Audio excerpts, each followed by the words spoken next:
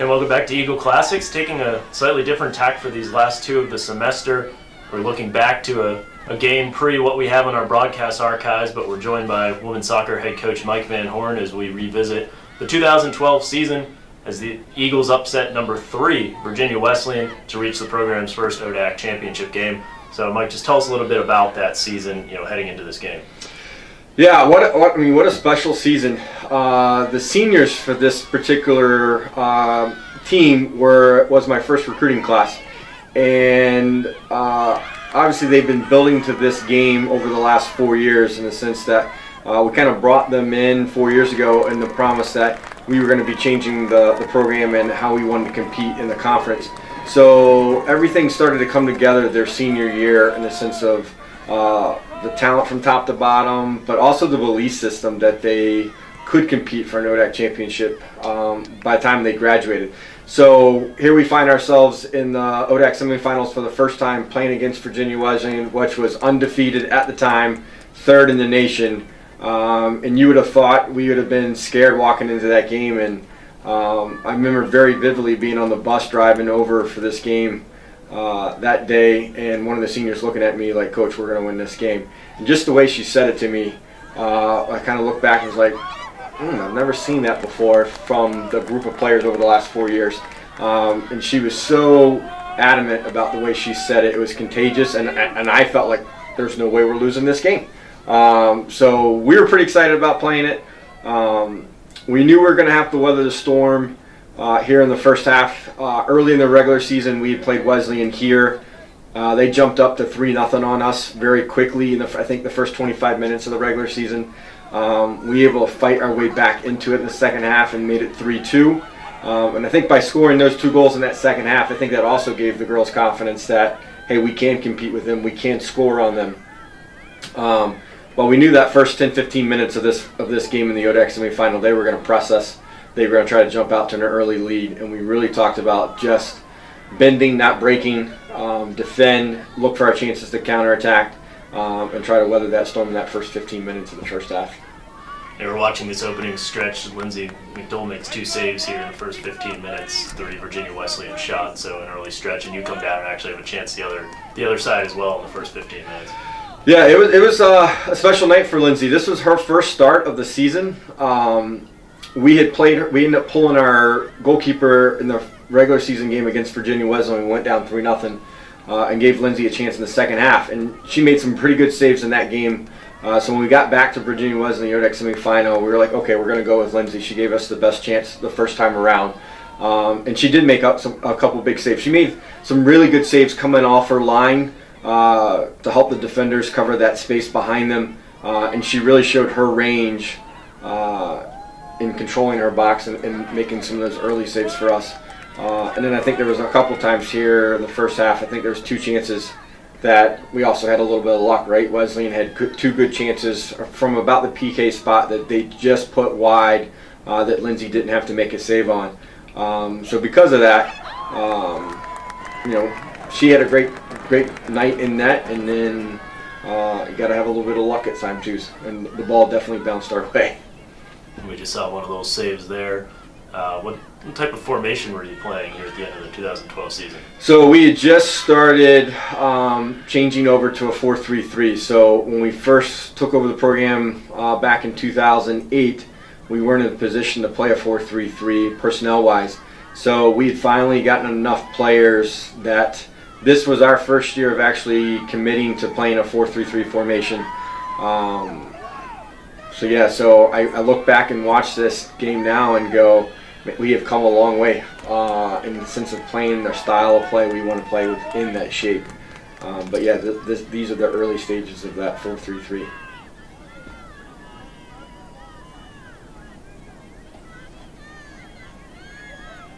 So coming off of Bridgewater, chance down the other side. Tell us a little bit more about that Virginia Wesleyan team coming into the game. They were number 3 in the nation.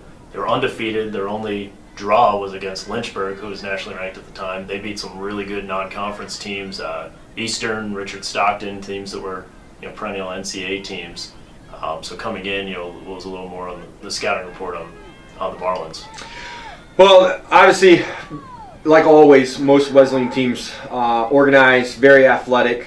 They're going to play a lot of players. They are going to press you and try to wear you down just because of their numbers that they play from the start coming off the bench. So I think they had 2, maybe 3 All-Americans in this team.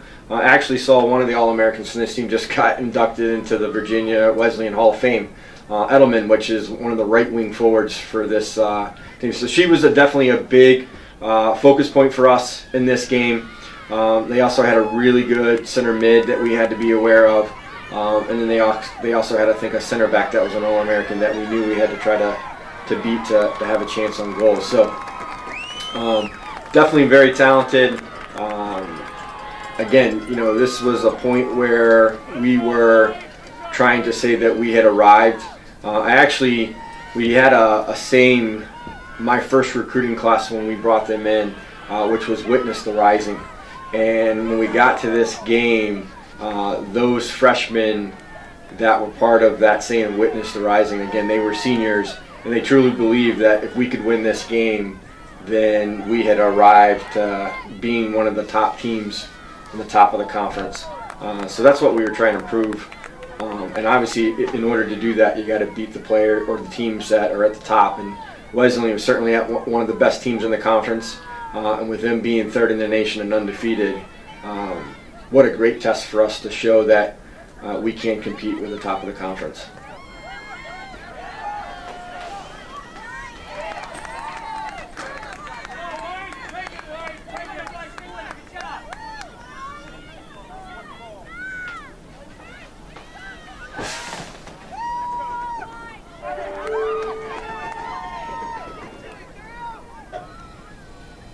I think here you can start to see, as we speed through this game a little bit faster, you can start to see we're starting to build our confidence a little bit more into this first half. So we weathered that storm that first 15 minutes that I talked about, them pressing, and we started to settle down and started to find a little bit more feet and create a few more chances, and started to press them a little bit more so we could get more chances on goal here in the later half of the first half.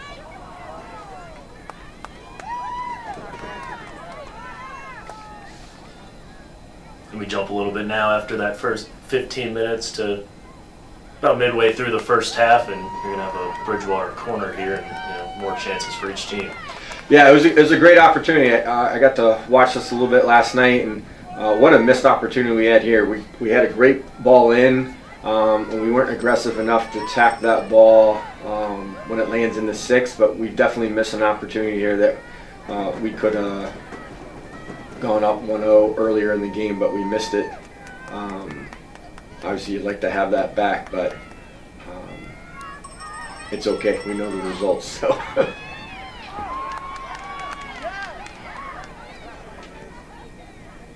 I'll tell you another quick story I remember of this game, and maybe you'll see it as the game unfolds, but I do remember in watching this game, the first half, there wasn't a huge crowd at the Wesleyan game, which typically they were always followed by a lot of college students there. So you can see on the fence right now, there's here and few college students there a little bit.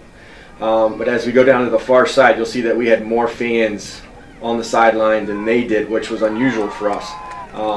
So when we finally go up here in the end of this first half, in the second half, I think they spent most of the halftime must have been calling everybody, because we come back out in the second half and there's like 600 Virginia Wesleyan students on the sideline, which obviously gives them a lot of momentum. But that was something I remember about that game as well.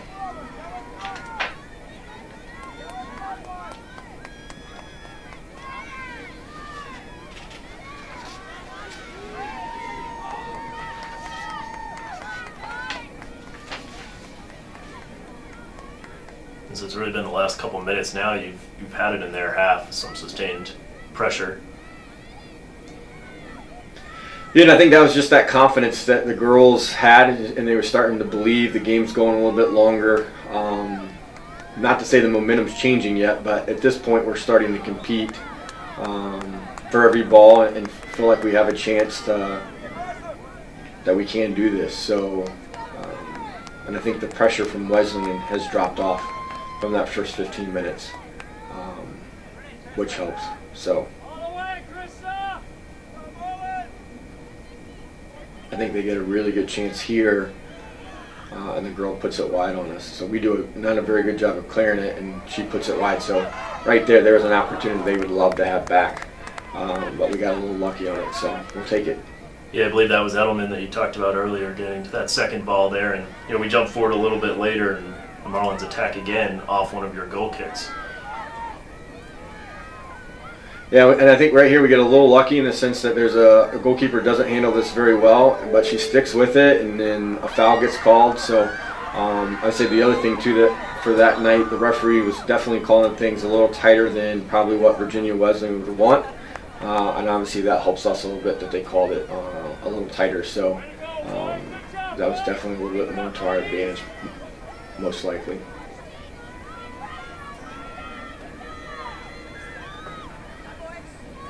A little side note, the referee that's reffed this game, he reffed me when I played in high school and college, so this guy's been doing it for a long time.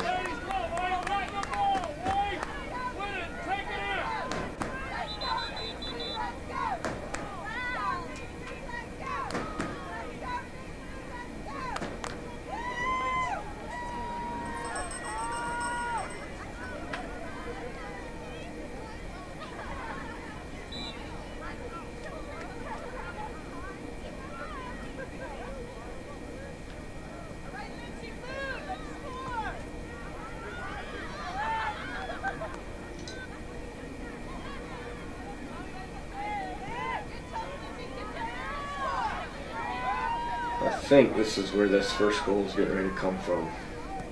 So right here, we'll pick this ball up, and Michelle Villegas right here. She was one of our best players when it comes to vision that's played for her, but she had a great ball in. Connor did a great job of getting inside leverage on that forward, and then stepped up and had a very big moment. And I tell players all the time, like, either you've got to be bigger than the moment, or the moment's going to be bigger than you, and you have to be prepared for that moment. So Connor right there had a big moment. She was bigger than that moment, ice in her veins in that situation, and slotted the ball into the far post for us, and it gives us the 1-0 lead. From a coaching standpoint, you always like to get the lead, but at the same time, you're like, did we score that too early? Because there's a lot of time. Does that again awake Wesleyan to where they start to put a lot of pressure? So at this point in the game, I'm not sure how much time is left, but I know it's not much. We basically were trying to get to halftime with that 1-0 lead so we can kind of regroup for that second half. So you'll see Wesleyan put a lot of pressure on us here at the end, trying to tie this game up before the half. I believe we're going to show one of those Marlins chances before jumping to the start of the second half, but I thought your team had to weather some chances, not just here, but also later when it's 1-1, and we'll see some of that. That I thought your defense really stepped up in those moments when after those goals, when could have given up another, and the Marlins are certainly coming after you.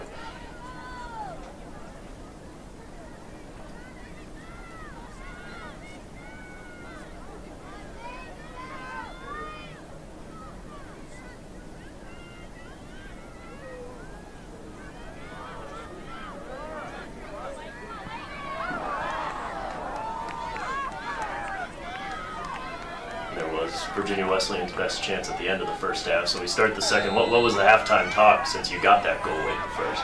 Yeah, I think the halftime talk was not really being content with being up 1-0. I know we were going to have a lot of pressure from them coming out, but we didn't want to go into this half and feel like we had to defend for the next 45 minutes and not try to attack, because it was going to be too long to give them that many opportunities to try to hang on to a 1-0 lead. So we really talked about the girls about really being confident about going forward, continuing trying to attack, but at the same time defensively we had to be very organized. We had to be willing to make sacrifices defensively to try to keep them from scoring. And again, hopefully you'll see that the fence line here now that we're in the second half, you'll see there's a huge difference on that fence line now with the amount of students that were at that game. So just the loudness of the crowd and everything was way higher than what it was in that first half. So, but yeah, I think also being up 1-0 at halftime, I think the girls were pretty excited that if there wasn't somebody that didn't believe going into the game, they definitely were believing that we had a chance at this point. So, you'll see us really trying to get to the balls, challenging for those 50-50 balls, trying to keep our composure as well as keeping our shape so we could help each other out if one of us had made a mistake.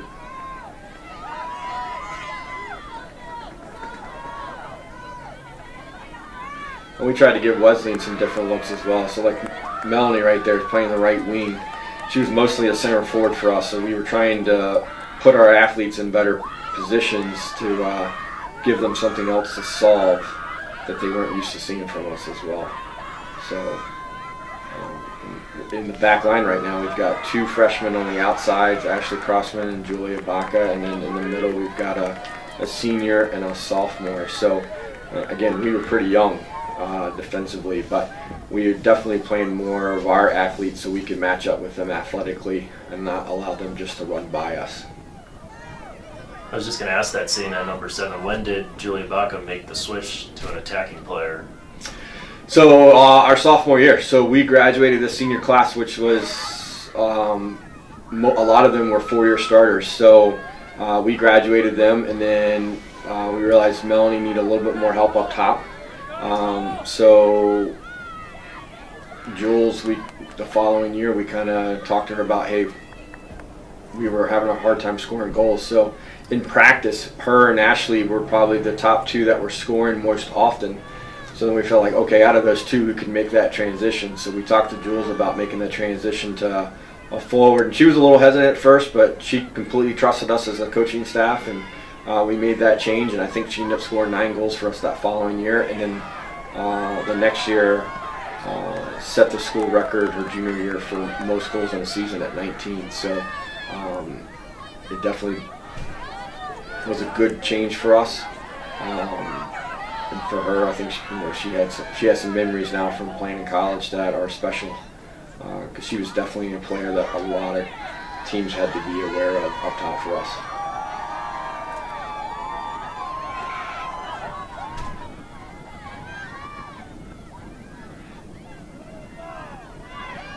So there's a good example of being patient and then having good cover behind it.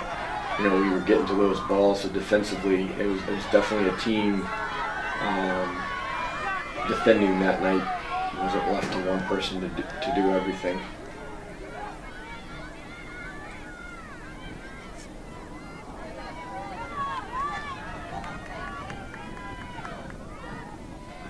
So there was the goal we gave up. So a little bit poor defending there on the flank with a 1-2, and we didn't track the 1-2 run. And she gets to the end line, so now we're facing our own goals. So obviously a very difficult situation to defend that. And they found the runner going into the box, and she finished at one time. So obviously you start to feel like the game starts to change a little bit with that momentum. So just reminding the girls to stay composed, that there's still lots of time left. I think they scored maybe 5 or 6 minutes into this second half, so we still got 40 to around 40 minutes to play. So we go back to 0-0, and we got to find ways to find chances to score, and obviously keep them off the score sheet the second time. Does this change at all how you wanted to play, and had you talked to them about that? I mean, you're way too early, just a couple minutes into the second half to talk about starting to drop back, but did this change? Do you feel how much you tried to go forward, or? No, it didn't change us there. If we had been 1-0 with probably 15 minutes to go, I probably would have came out of the 4-3-3 and turned into more of a defensive shape and tried to defend that last 15 minutes. But knowing that we had a whole another half to play up 1-0, we'd already talked to the girls about we did not want to go into this defensive shell, park the bus, or any of that stuff. So we stayed in the 4-3-3. We did give up that goal. So we didn't have to change back to attacking mindset. We were already in our 4-3-3. So in the sense of personnel, we kept the same philosophy that we had in the first half, and try to go maybe for the players. Now they know they have to go score a goal, right? Because it's even, so maybe their mindset changed a little bit. But in the sense of the coaching staff, there wasn't any adjustments that we had to make based off that goal. And you can see there shortly after that, we're still trying to combine, still trying to get numbers forward. So over this next 9 minutes after the goal, we're going to see multiple shot attempts from both sides.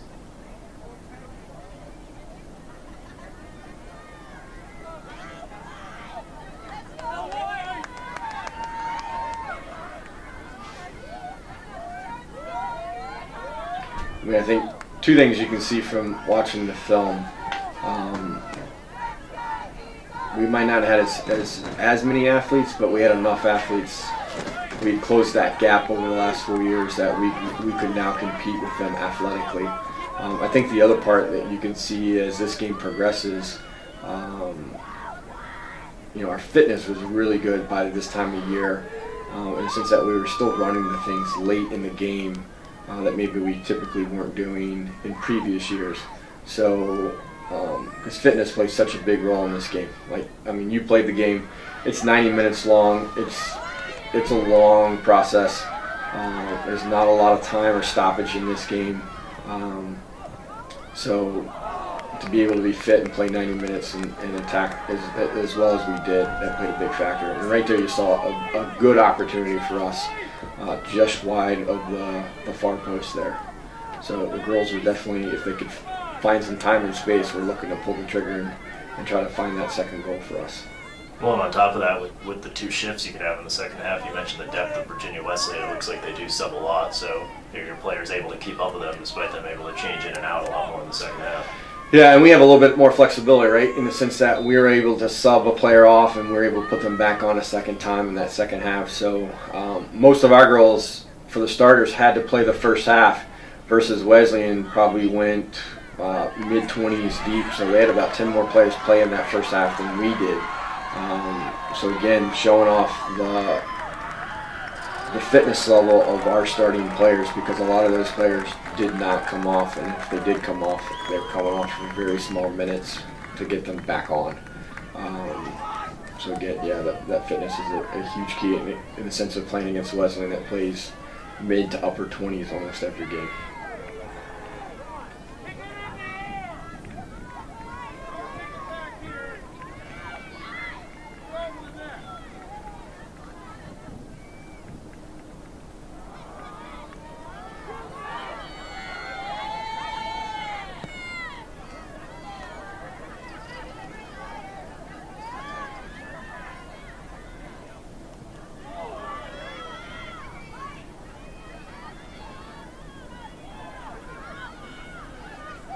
So that whole sequence, you can see that we did a pretty good job of getting to that loose ball. We didn't do a very good job of clearing the ball, but we were definitely stepping to every ball, putting them under pressure so they didn't have time to really try to find a pass that would penetrate or give us a lot of problems. So they were trying to play one touch or play the closest option that they would see. Because of that pressure, they weren't able to find that penetrating pass that would hurt us. Leading up to this game, you want to tell us a little bit more about your program's first playoff win, which came against Roanoke at home. It was a thriller. You won it in a shootout. We got you to this game. Yeah, I think for that game, we beat Roanoke for the first time in the regular season 2-0 at their place. So obviously we already made a little bit of history in the regular season by beating Roanoke. And then we had to turn around and beat them in the ODAC quarterfinals. And that game was we scored, they scored, we scored, they scored. So it was kind of going back and forth, and we ended up going to PKs. And we won on PKs to win that first playoff game. So we were also riding that momentum and the energy that we had, because we had played that on a Saturday and we played this, I think, on a Wednesday night. So we weren't too far removed from that. So the energy and excitement of those two wins leading up to this game, the intensity of practice was good, and we were, like I said, in a good mindset that the girls definitely believed that they could come into a team that's third in the nation, undefeated, and we had a good chance to win this game. So all of those confidence boosters that we had along the way definitely played a factor in this game. I was a little surprised you didn't get a free kick there a minute ago, but just ended up in the corner. Yeah, you never know how the referees are going to see the game, right? So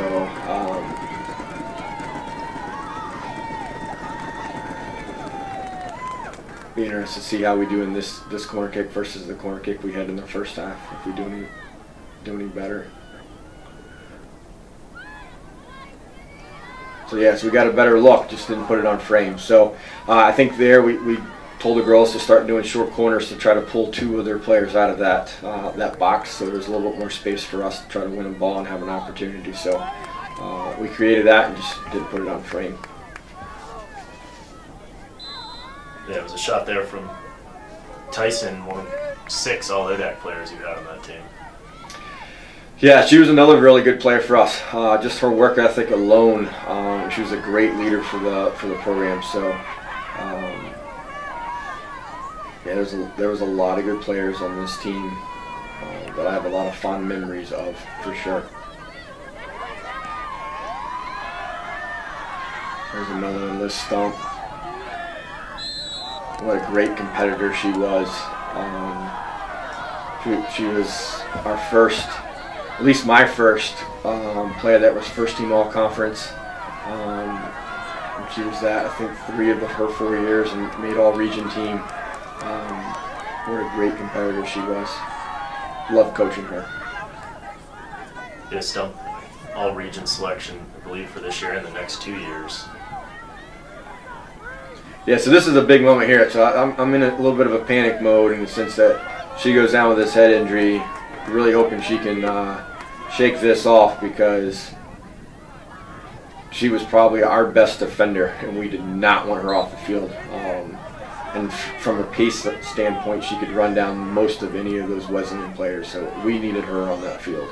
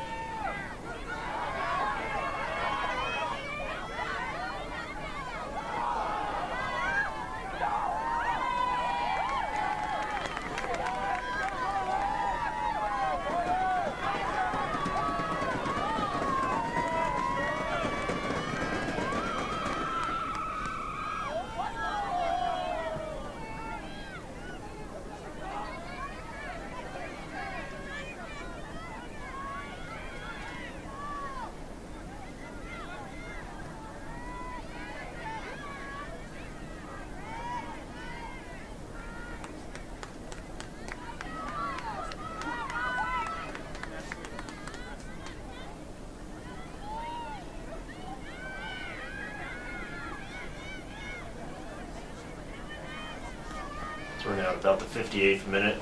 In the last 3 minutes, you've had a corner and 2 chances, or at least a half chance there a moment ago. Well, I think at this point in the game, I think the girls realized, or anybody that was watching it, that the game was going to be fairly even from the way both teams were playing. One thing that I always kind of chuckle at when we go down to play Wesleyan, whoever runs their shot count, it's always like 30-6 or something like that. So you're like, what are they counting for shots for them versus the opponents? But in this game, if you get a clear shot at the scoreboard, the shot count, excuse me, is fairly even, which was the first time I'd also seen that in the times that we played at Wesleyan over the last 4 years. But the girls continue to battle and try to create chances, and like I said, sometimes they weren't maybe the best chances, but they were trying to find chances to score, to challenge that goalkeeper, and hopefully get lucky and one of them goes in. And same thing defensively, we just wanted to keep trying to compete and put them under pressure and make them rush their chances, so either they're not on frame or it gives our goalkeeper a chance. Like right there, she just had a great chance from outside the box, and not an easy save, but kind of hopefully more of a routine save than some kind of sports center save that she'd have to make for us. We're into the final 22 minutes or so now, and we're going to let this run as, with the game tied and both teams, have a couple good chances either way, leading up to, of course, an exciting finish, which we'll get to.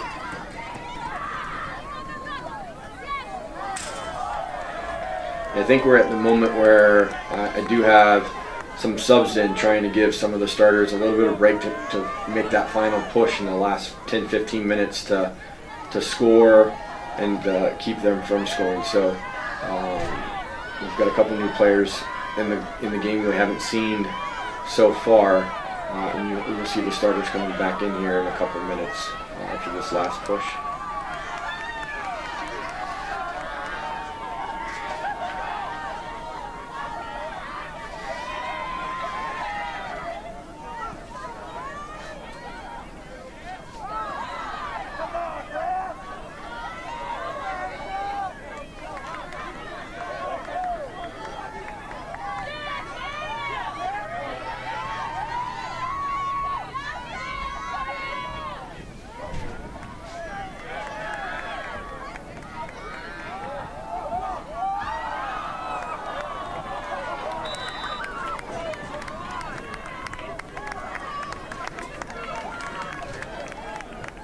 Before we get to that finish of the game, I'll ask you about the final step of this season. You did ultimately go on to lose to Lynchburg in the ODAC championship game. That's the team you've faced the 2 times you've reached that level. They've really been a measuring stick, for you in the conference as you become one of those contenders. You've had a couple really exciting draws with them at home the last couple of years. You beat them at their place. What has that matchup been like, and sort of how have they been that measuring stick for you as you try to create a team that can compete at the top of the ODAC? Yeah, I think the 2 times we've been to the finals, we've had to beat them to win an ODAC championship, and unfortunately we haven't been able to do that yet. So there's still that measuring stick that we now know we can beat them, and we've drawn them, like you said, over the last couple of years. So that game has gone closer and closer over the last 4 years, and hopefully we'll find ourselves in another situation here in the near future that we are in the finals. And I would love for it to be Lynchburg, just to say we finally got over that last hurdle to win that conference championship by beating Lynchburg in the finals. So it is a good measuring stick to measure yourself on, and to be the man, you got to beat the man. So that's the last one we really have to beat in a playoff situation is facing Lynchburg and getting the W. So hopefully we'll get that opportunity here in the next couple of years.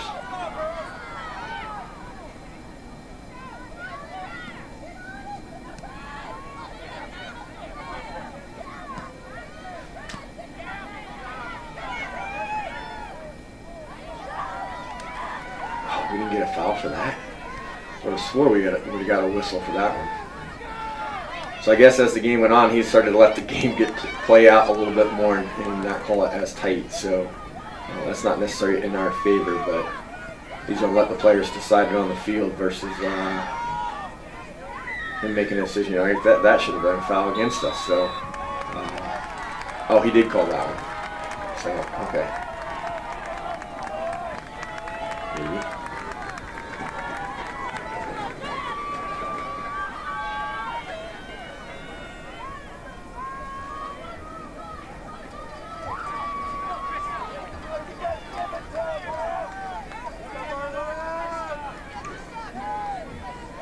Does it help now that you are playing on grass, and you're another team that plays on grass, whereas some of the other top ODAC teams have turf?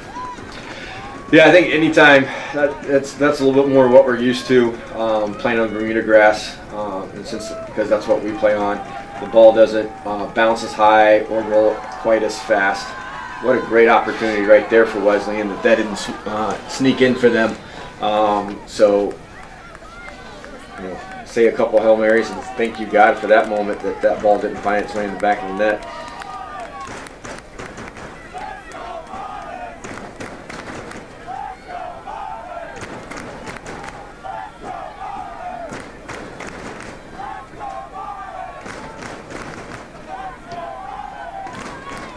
We got Seitz coming up here. So Seitz was a senior this year. She was a walk-on for us, earned a starting position by her senior year.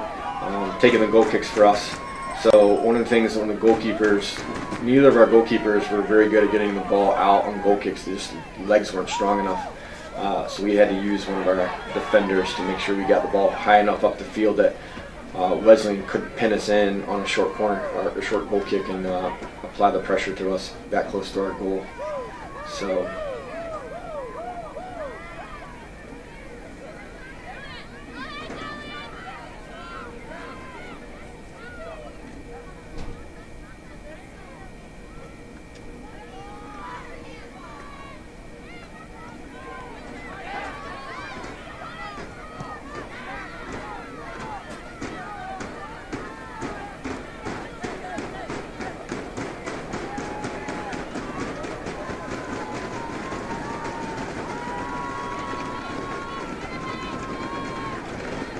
Something you can get from the video. I do remember this night being very cold. I hate playing in the cold, but you know you're playing meaningful soccer games when it's cold outside. It typically means you're playing in the playoffs, so you take it.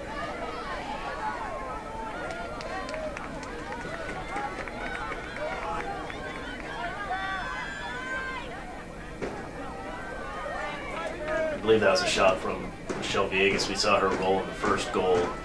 You had a lot of freshmen playing a key role in this team. We talked about Julia Baca, Ashley Crossman's out there starting. You really got a lot of contributions. Yeah, Nicole Blackwell is playing holding center mid as a freshman as well. So this was really a mix of freshmen and seniors with a couple. Sarah Connor, Melanie was up there as juniors, and then I think out of that sophomore class we had Anna and Liz Stump were probably contributing the most in that sophomore class. So this was a mix of all four classes out there.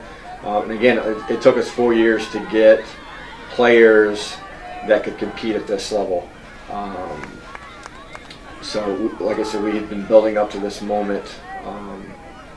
But a good thing about freshmen, when they play, they don't know the history of the past, right? So they're probably a little less intimidated when it comes to playing a team that typically you don't perform well against. So, and at this point, we still had not beaten Wesleyan in program history. So this is also our first win against Wesleyan in program history. Now, currently, this is not a game that we fear. And actually, we prefer to play them at their place. We seem to have better results at their place, so we would rather play them at their home field than play them at our home field. We've had some really good wins on this field. Yeah, I believe you go back here, later on for your second trip to the conference championship. Yeah, we beat Wesleyan here in a quarterfinal, I think, the following year. And then we played an ODAC tournament game here here a couple years ago, and had to play Wesleyan in the semifinal and beat them to earn the right to play Lynchburg again in the finals, and lost to Lynchburg in the last minute of double overtime. So we've had some really big games on this field, and we definitely like playing here. So one thing you see here is Morgan Keplinger, just to kind of set the table a little bit. So she's playing the right outside back. So she had lost her starting position to a freshman that year, Ashley Crossman. And Ashley was a little bit better of being playing both ways, both defending and getting forward in the attack. So Morgan was a very good defender, but lacked some of the technical ability that we were looking for when it meant to going forward. So she worked on that all fall, trying to catch Ashley and get her minutes back that she had played in previous years. So she's in this second half and was doing so well. We kept Ashley on the left and moved Morgan to the right and left her there just because she was performing so well in this game against Wesleyan. But the reason I'm talking about her going forward, that was something that her and I talked about constantly her senior year that she had to be better at. And I think by having that conversation multiple times for her that year and her constantly working on that, it pays a huge dividends on this attack that we're going to see here shortly when we get this second goal, because she's going to play a major role in that. So as we get a little closer, we'll talk about that mindset that she has from working on that all fall.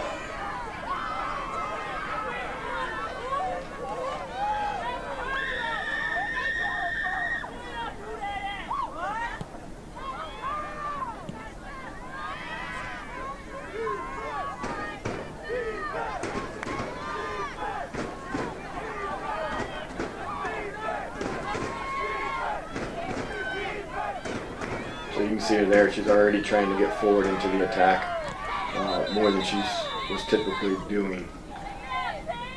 And when you're playing with your 3 forwards, you need your outside backs to get forward and you're filling that space behind them. Yeah, and to give us some width, because at times those forwards are going to be making runs, trying to get runs in behind the back line, so they'll start to pinch in a little bit, and it's the outside backs that provide us the width in this shape. So as again I said, we were making that transition to the 4-3-3 this year, and some of the freshmen were a little bit better suited for that. But Morgan did a really good job in the second half, really trying to get forward and getting to the attack to help us generate that last goal we needed to win the game.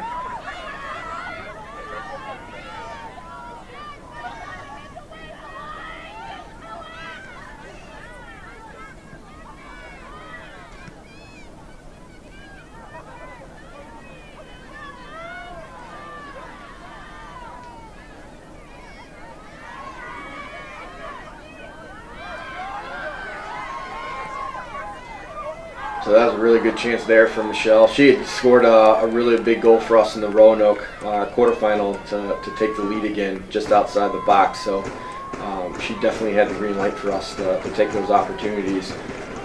She definitely, in her time, put quite a few of those over the crossbar there. So she was nicknamed by our assistant coach. I won't mention the nickname because she hates it, but she was nicknamed because of that trait of hers.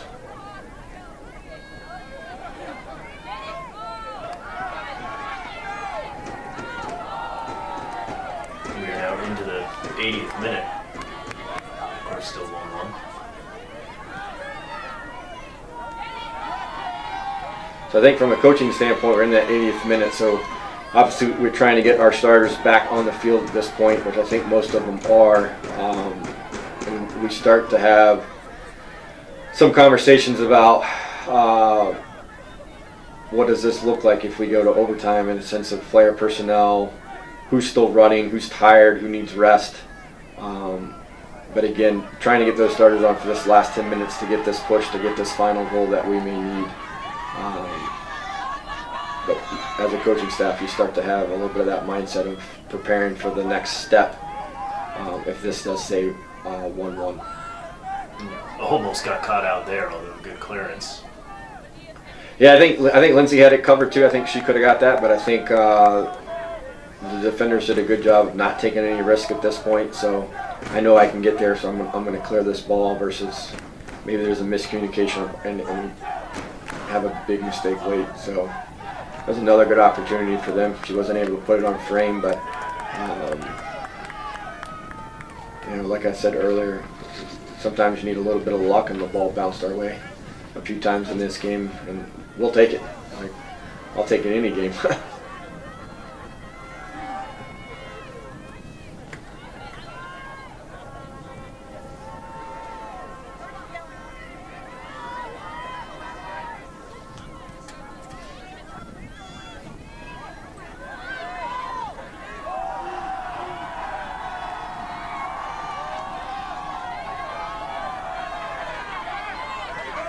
I think the most impressive thing you can still see, here we are in the later minutes of the second half, and we are still trying to get to every ball. So just the intensity in which the girls are challenging for the ball, putting pressure on the ball, goes to their mindset, and again goes back to their fitness. Like, they were not going to let this game slip away because of lack of effort.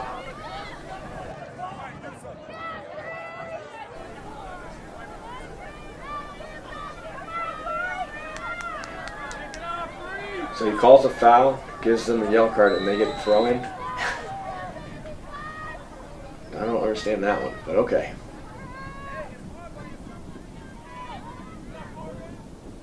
So there again, you can see Morgan's good 1v1 defending, just standing her up, not diving in, making it difficult for her. They can have all types of those shots. We'll give that all day long.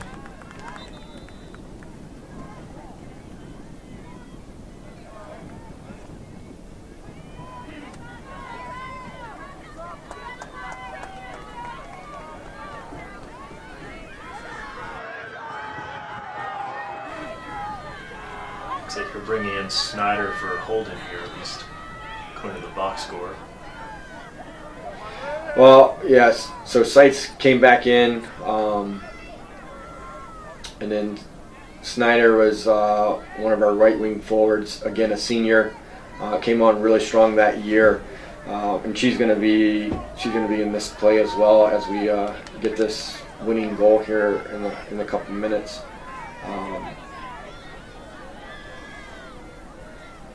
But I can't remember if we had to put Seitz or Aaron Holden or Liz had to come out, but we had to put Aaron Holden in for a few minutes, and she did well to hold down the fort for us until we could get those two girls back in. So it's getting exciting. I know it's coming, so I can't wait for this moment. I think this moment is burned in my brain for eternity.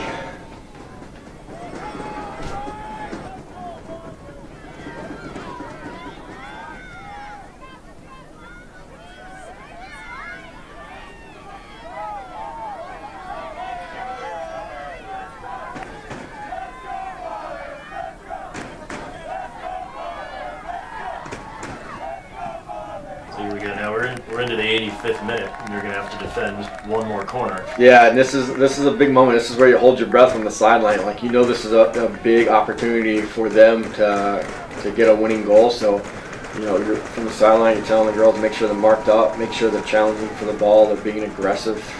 Particularly in this first ball, you really want to win this. You don't want this to drop in your box. So, you know, we challenge for it. It drops in, and then Lindsay does a great job coming out here and smothering this inside her 6. So, well, I guess it goes out of bounds. So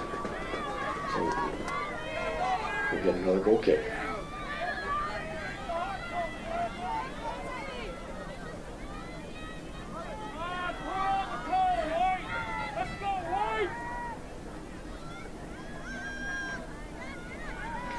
I think this is the moment we get out. We have a good switch. An opportunity for Mel right there that we like to have back. Michelle, again, showing that vision, just put a little bit too much on the ball pace-wise.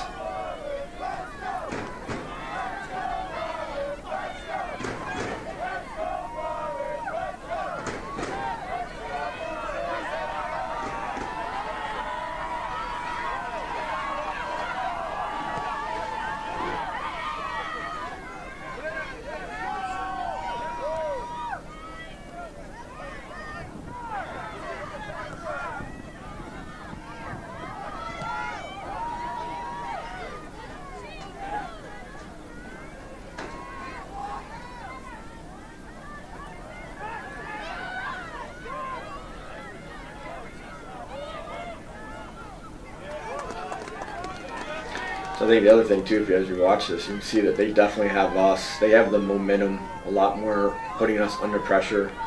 We're very direct at this point. We're not really trying to find feet anymore and hoping that we can just bring one of the forwards in. And maybe that helps a little bit in the sense that they're starting to get their numbers forward, trying to get this winning goal for us or against us. And maybe that leaves us a little bit more space than we typically would have had. Because I mean, they're definitely putting a lot of pressure on us. There's a little bit of shot at the sideline right there. You can see there's a lot more people there than there was in the first half.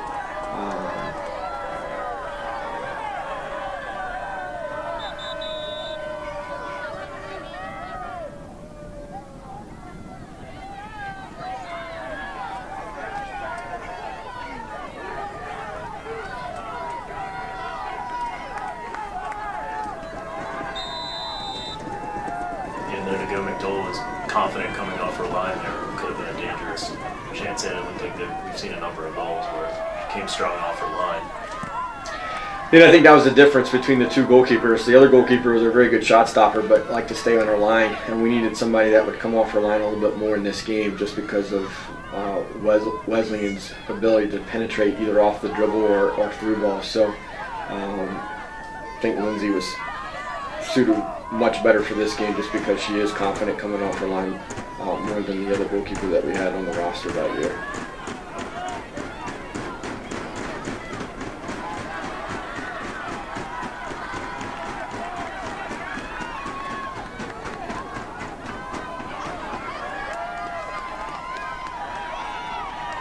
You can see we're starting to miss. We're starting to get late to these tackles, so you can start to see that we are starting to get tired here in the last few minutes of this game.